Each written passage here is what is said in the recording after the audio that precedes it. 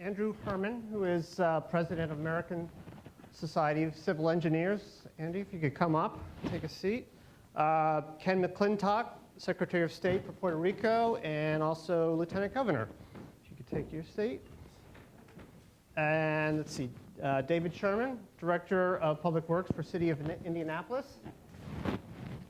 And last, Honorable Glen Whitley, County Judge, Tarrant County, Texas. So we will take our seats and have a little more discussion here on infrastructure. There we go. Our good friend Jim Creek. He's a private practice now.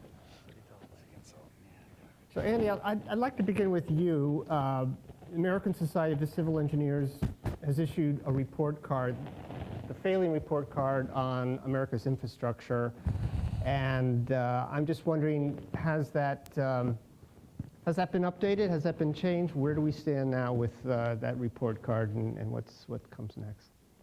ASE has come out with a report card. The last one is in 2009. And as everyone probably knows and the governor referred to, we looked at 15 categories of infrastructure, 11 Ds, 4 Cs, overall grade of D. And this wasn't that much different from our 2005 report card, also had an overall grade of D. The difference was that we estimated that it would take $1.6 trillion in 2005 to bring that D up to a B. The difference is in 2009, that number rose from 1.6 to $2.2 trillion. So we have needs to invest in our infrastructure. As we looked at the report card, we came up with some solutions. We wanted to see what the country would have to do to increase that grade. But we saw we lacked some data. We lacked the information to inform the public, educate the public and the legislators about what happens if we don't invest. So we authorized some economic studies. Basically, they're called Failure to Act, the impact of current investment trends for infrastructure. The first one on surface transportation came out in July. And some of the information that came out is quite sobering. Loss of jobs, additional costs to families, additional costs to businesses, and an impact on our gross domestic product. We're actually looking at losing jobs in America and also additional costs just to move our goods and services around the country. We had a second one come out in December on water and wastewater. Again, somber results, additional costs to families, businesses, and the GDP. Two more economic studies coming out, one on energy transmission and one on airports and waterports through the early spring and late spring. But what we're trying to do is bring those facts together so that we can tell the public that if we continue to just do what we're doing right now, we're falling behind. We need to make some investments to raise our grades up and basically keep our life standards and our place in the world economy at a higher level. Thanks, Andy. Ken, you know, the financing, the investments that are needed to make this work. Talk a little bit about, you know, some new funding models that I think Puerto Rico has been taking a look at and how that has played out and how that's been helping your Commonwealth, your territory to move forward as far as getting its infrastructure up to date. In 2009, we realized, is this on? Yeah. In 2009, we realized that we weren't going to be getting much money on credit from Wall Street during these 4 years, that we really could not raise much more money because we were in a deep recession since 2006. So we took a look at the public-private partnerships that are being done elsewhere, tried to learn from the mistakes that others had made, and we put out a bill in the legislature, which was approved, where we created a public-private partnership authority. So instead of having engineers in the Public Works Department or doctors in the Health Department P3ing roads or P3ing hospitals or P3ing schools, engineers are good at building, doctors are good at curing people, educators are good at educating. What we did, we created a P3 authority where you would have financiers that would put the package together, sponsored by the corresponding agency. And as a result, we've taken nearly 100 of the schools that were in worse shape, and we are investing $756 million, almost $750 million, in bringing those nearly 100 schools up to date and building 5 new schools. In addition to that, we've concessioned for 40 years our biggest toll road and one of our smallest toll roads, and we're now concessioning Puerto Rico's airport. This will do several things. It injects money into the Highways Authority and to the Ports Authority so that they can be in better financial shape to take care of the rest of their properties. It obviously creates construction jobs throughout the island, and we gradually improve our financial condition in Puerto Rico. Obviously, we're creating jobs throughout, and we're providing better facilities for the rest of the people.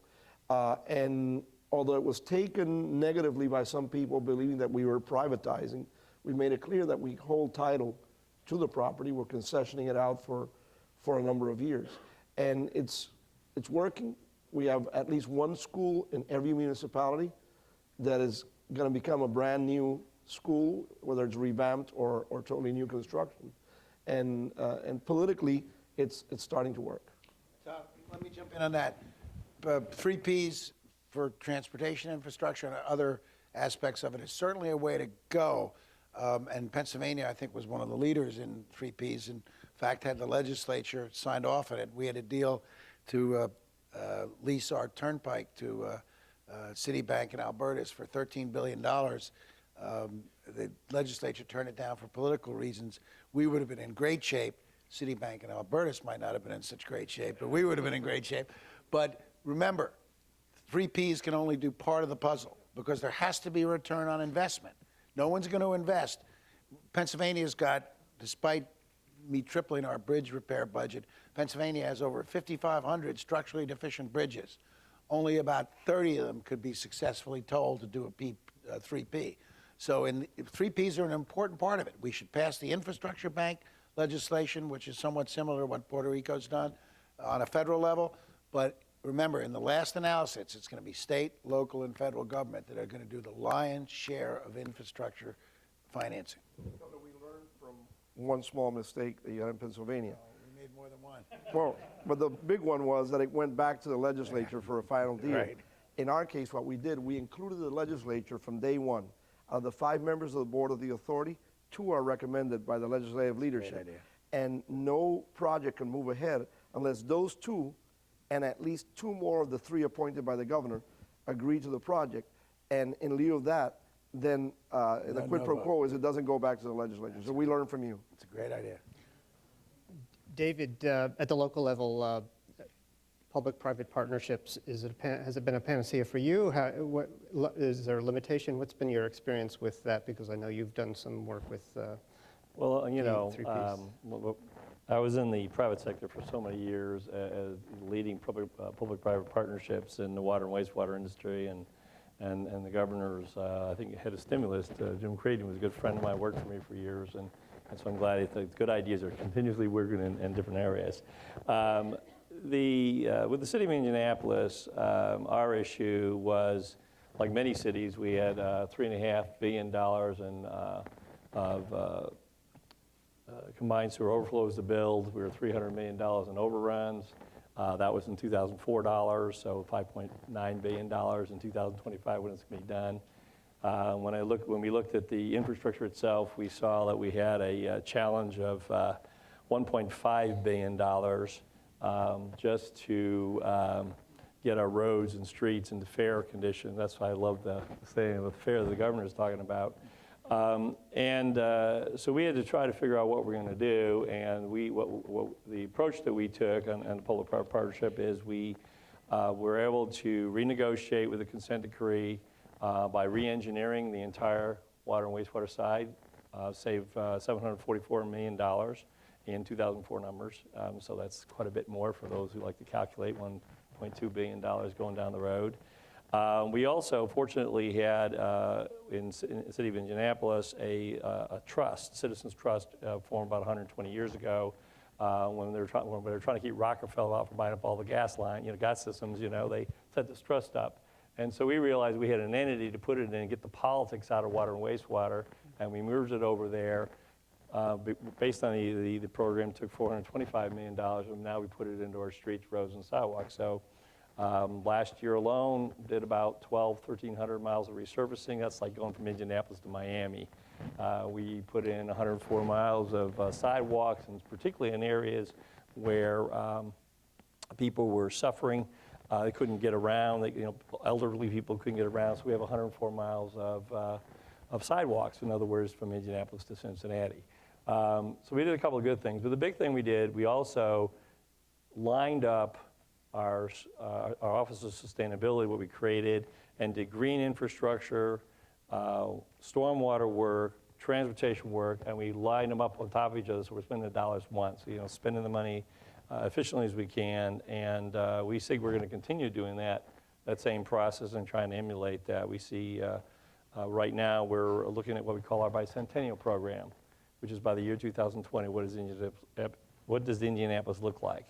And we think we're going to be able to do repeated programs the same way and go that way. But one thing I wanted to give the governor credit for, the biggest thing that I found from going from the private sector back to the public sector and helping out, is every citizen I've talked to in the neighborhoods and all that said, look, I don't care if I spend $10 a month more, $20 a month more in taxes. If I can trust they're going to deliver the product. And the sorry section we have now is we've lost faith in those that are representing us to deliver. So I want to endorse the governor's comment, and also I want to thank him for the warning, because I heard possibly Governor Pence, when he runs for this Indiana, to ask me if I come over and help him out with his infrastructure, and I'll go, well, maybe I shouldn't do that. But anyway. Okay, well, thanks. Governor, you've talked yourself about the fact that taxpayers are willing to spend the money to get the right kind of infrastructure if it's done the right way.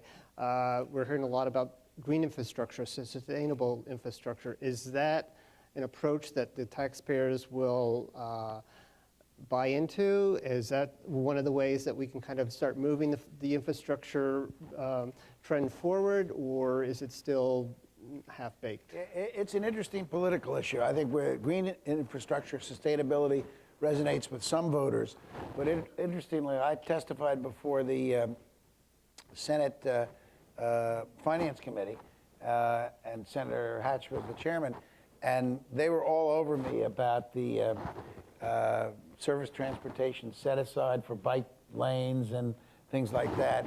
They were deriding it and saying it was a waste of money, et cetera, et cetera, et cetera. And they probably have a point that in some jurisdictions, it's probably not necessary or needed to have that set aside. In some jurisdictions that have big cities, it's very important. Bicycling has become a very important way to get people to work in Philadelphia, for example.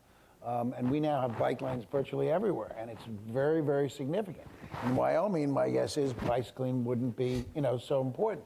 So I think that probably the best answer to that is to make that optional for the states rather than mandated. And that's how I would respond to the Republicans, because we've got to stay on one page here. We've got to get Republican votes and Democratic votes, and we've got to find the best way to do that. And if this becomes an issue, and it appears that the Republicans are making an issue, then make it an individual choice by the states. Make it susceptible to flex dollars. Go ahead. You want to jump in? Yeah. As a Republican, the mayor of Indianapolis just won re-election, and it's because of crossover votes, because Marion County has become a Democratic dominated community, and he did it because we went from 1 mile of bike lane to 60 miles of bike lane. We went to 180 miles of trails and blazes. That's the green infrastructure we put in for the wastewater technology is going to not only do this, but what we've been doing with the EPA Region 5 and the federal government is going to drive we see another potential of $200 million more savings on that 3.5 we talked about earlier. And the reason that's there is because we did it right. And I think that's what's important here is, the two things the governor talked about earlier, we all talk about is, if you can see the right solution, I don't care if you're a Democrat or Republican. The reason they got me out of retirement was the mayor looked at me and said in 2007, look, David, I don't care how they voted. I care about fixing our city. And if we all work at it that way and we look at how we can do it together with the best ideas and the best programs, you're going to be very successful. But We find the way that we think to keep the intellectual capital in Indianapolis is the bike lanes, the green infrastructure, the stormwater problems taken care of. People are willing to commit to that. Of course, we need the light rail. And just as another pitch, you know, we have the Super Bowl in town. Anyone wants to come visit, you should do so. Tell them what you mean by intellectual capital, though, because that's a great point. The intellectual capital is this. We have great universities. We have IU. We have great universities. We don't want everybody going to Portland. We don't want everybody going out of state. We want them to stay here. And what we're finding is this. We have a cultural trail we put in, which is one of the finest in the country, if you take a look at it. We are starting to now look at how to take our canals and making them something more like they're doing down in San Antonio. We're looking at how to have take our rivers, it's like the White River, and turn it into something. You have to think out of the box and go forward, which is what we're trying to do. And that appeals to that young, college-educated, MBA, PhD person coming out of school who want to see that bike lanes, who want to see stuff like that. It's And by the way, that is the block of Democrats that voted for our mayor to get him in. There you go. Okay, well, thank you. Judge Whitley, we've been talking a lot about investments, about infrastructure, but you know, one of the areas we haven't really sort of touched on is can government do a better job itself in terms of being more efficient in how it sets up its infrastructure programs? In other words, you know, the bureaucracy side, the red tape side. Could you comment on how that may need to be changed? And Well, I think so the regulations continue to be a problem. We've got several projects that are major highways that are taking almost 40 years from the conceptual time to the time that they're actually begin building on them. And so we've got to do some work in that regard, and we're seeing some movement. We currently have about $7 billion worth of projects going on in the Tarrant County, Fort Worth area. 2 of those are public-private partnerships. One of those is received the largest stimulus money of any project in the country. That was $250 million. The total project is $2 billion. It's design build, so it's an experiment in that particular regard, and that's cutting in half. That project is expected to take 4 years to build. So that is an extremely shorter period of time than what you would see in most projects. The other project, again, both of that project and one of the other projects that we have are another public-private partnership, and it's a toll project. Both of those are toll projects. But in addition to that, we also have just a regular toll road that's going in, and then we have some construction going on out at the Dallas-Fort Worth Airport. You know, I think bottom line, what we've got to do is in all of the things that you talked about, each area is a little bit different. And I think we need to get more back to allowing the local folks to allocate those dollars as they come to a region the way they see it best fitting their particular deal. We're not getting help from, you know, with the funding methods, we're not getting any help from the federal government and not really from the state government. Most of these folks are out of money. And so what we're trying to push for is allow the local folks to have some tools in their toolbox to be able to make changes. You're very correct in the statement that if you tell someone that this is what you're going to spend the money for, they'll vote for it. We had a bond package about 6 years ago. We had 5 items on there. 4 were buildings. One was the largest one was a $200 million transportation project. This is for the county. Most people say, what's county doing even in the transportation area? It passed by the highest percentage of any of the other items. We've got to move to, if we can't get Congress and if we can't get the state to adopt a more realistic funding process, then we've got to at least get out of the local community's way and let them go to the citizens, ask for their support, and move forward with that. Okay. Can I just comment on what the judge said? He's dead right on all the points he makes. But, Judge, don't let him off the hook and tell you there's no money. When we go to war, it's amazing how we find money. We spent, I think the total is now $300 billion building up the Afghani and Iraqi infrastructure.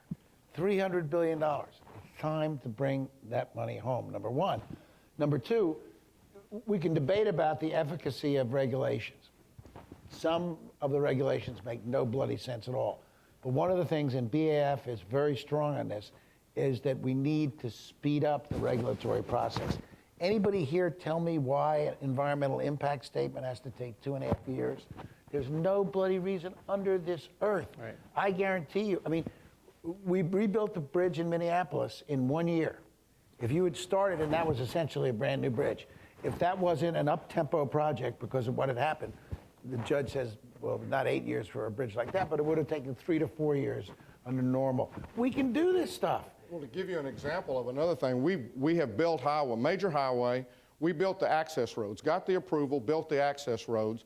We finally have funding 15 years later to do the middle. We're having to go through an entire environmental process again just to build the main lanes for something that they've already approved on the outside. The other thing that we're doing on the federal, and you talk about the funding, is we continue to grasp and to hold on to a funding that is dependent upon selling a gallon of gasoline. When our fuel efficiencies have gone up, and when we have cars driving out here now totally on electricity or natural gas that pay nothing to travel on those roads. So we need to move from a gallon of gas dependency to a vehicle miles traveled. And that's so self-evident, and yet when Secretary LaHood endorsed the VMT, he got killed by the White House. The politics. Well, let's, in the remaining minutes, see if we've got any questions out here in the audience who want to ask our panel. Do we have any? We've got some.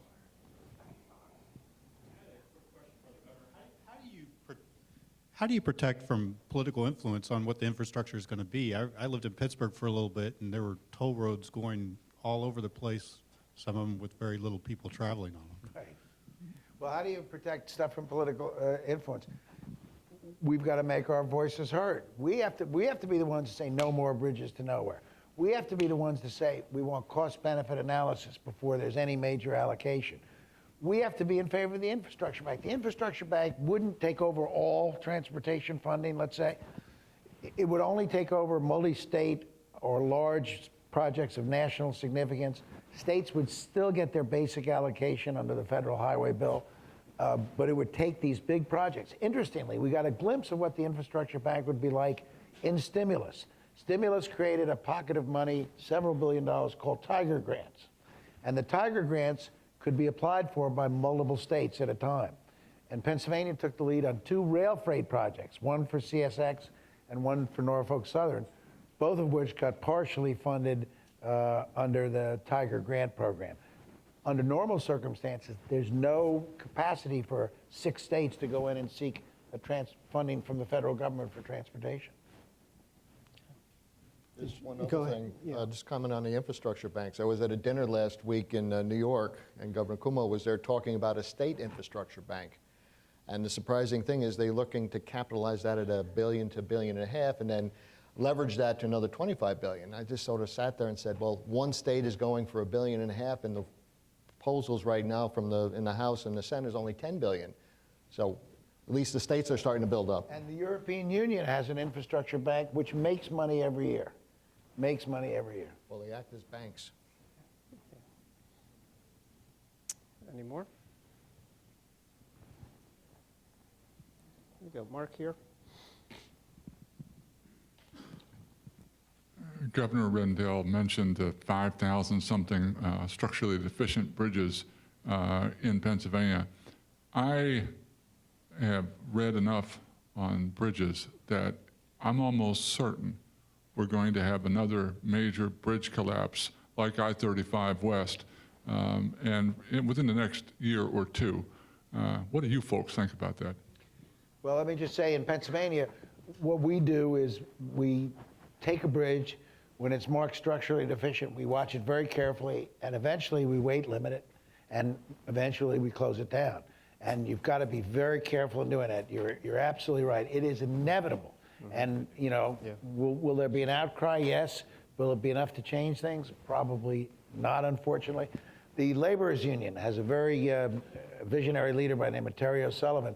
In 4 states, they started putting up ads, billboards at the front of a bridge saying, the bridge you're about to cross over is structurally deficient. call Congressman Jones, and they gave Congressman Jones his number. Well, Terry told me that what he wanted to do, and the lawyers, darn it, talked him out of it, he wanted to put another billboard on the other side of the bridge saying, "Glad you made it." You know, we find in Texas, it's the same thing, and unfortunately, we get to the point to where it's those types of disasters that we have to have before we move. We did a 2030 study and determined that just to maintain the current level, not to improve, but just to maintain the current level of our roads and bridges over the next 20 years would cost $487 billion. The estimated revenue under the current sources that will be raised over that period of time is $155 billion. Less than a third. Yeah. We're barely going to even be able to maintain the payment that we've got. In Indianapolis, in the central area, there's over 3,000 bridges that are the same problem. We found 178 in ours. We fixed 50 last year. One of the interesting parts is most people didn't realize that they started seeing their road speed going down and down and down. We started educating what that meant. In other words, it gets down to 15, you're in trouble. And now all of a sudden we got people who care about where that money goes. And it's the same thing, education of the public, where the money can go, how you can fix things. Great. Well, we're sort of running out of time here as well as certainly with the bridges. So I want to thank our panel for talking and presenting with us, and thank you all.